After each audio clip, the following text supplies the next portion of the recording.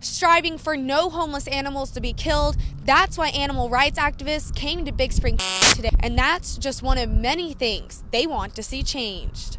The animal rights activists traveled from Austin to Big Spring today to talk with the mayor and other city leaders.